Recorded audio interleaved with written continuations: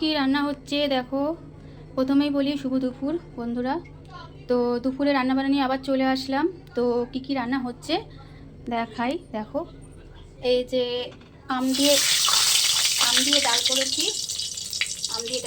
সর্ষে ফোড়ন দিয়েছি, শুকনো লঙ্কা ফোড়ন দিয়েছি। আর আমি আম দিয়ে ডাল করে একটু মিষ্টি মিষ্টি করি, টক মিষ্টি একটু লাগবে, ভাল লাগে। আর এই কাঁকরোল ভেজেছি। আর এখানটায় পার্শে মাছ।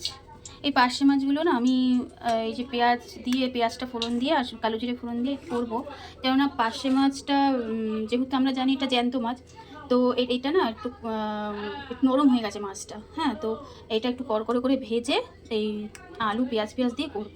তো যাই হোক বন্ধুরা, এটা একটু মাখাভাবেই নামাবো আমি। একটু আলু দিতে হয়েছে, তো আমাদের আলু সবাই পছন্দ করে বলে।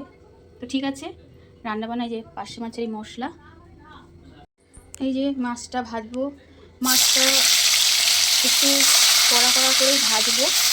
মাছ ভাজা বসিয়ে দিলাম। মাছটা ভাজা বসিয়ে দিলাম। ওই মাছটা একটু কড়া করে ভাজবো। ঠিক আছে, পরে আবার অন্য কোনো ভিডিও নিয়ে আসছি।